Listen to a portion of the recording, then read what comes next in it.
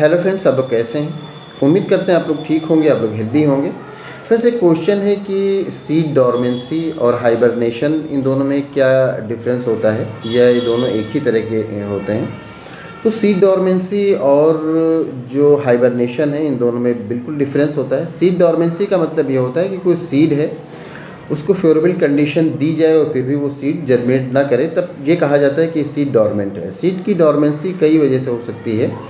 उसमें हो सकता है कि उसका सीड कोट इतना हार्ड हो कि वो सीड डोरमेंट हो, उसका एम्ब्रियो अरेस्ट हो गया हो, उसका एम्ब्रियो ना ग्रो कर पा रहा हो, या ये हो सकता है कि उसको कुछ टाइम पीरियड चाहिए हो, उस टाइम पीरियड के बाद वो टाइम पीरियड ही उसकी डोरमेंसी की वजह हो।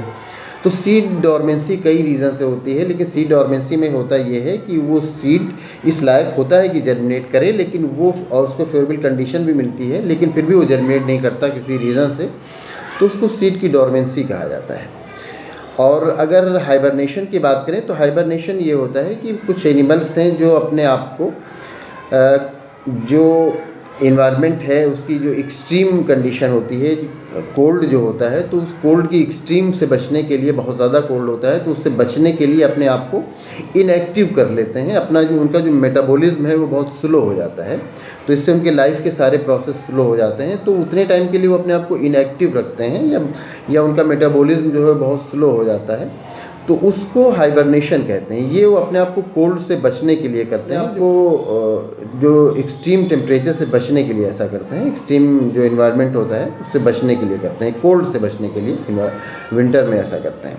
और जो डोरमेंसी है सीड की, उस डोरमेंसी में तो ये होता है कि जो एम्ब्रियो है वो अरेस्ट हो जाता है और वो जर्मिनेट नहीं कर पाता उसको फेवरेबल कंडीशन मिलने के बाद भी। तो ये दोनों डिफरेंट चीज़ें हैं, दोनों एक चीज़ नहीं है, दोनों अलग अलग चीज़ें हैं, चाहे वो आप सीड डोरमेंसी की बात करें, चाहे जो एनिमल्स हैं उनमें हाइबरनेशन की बात करें।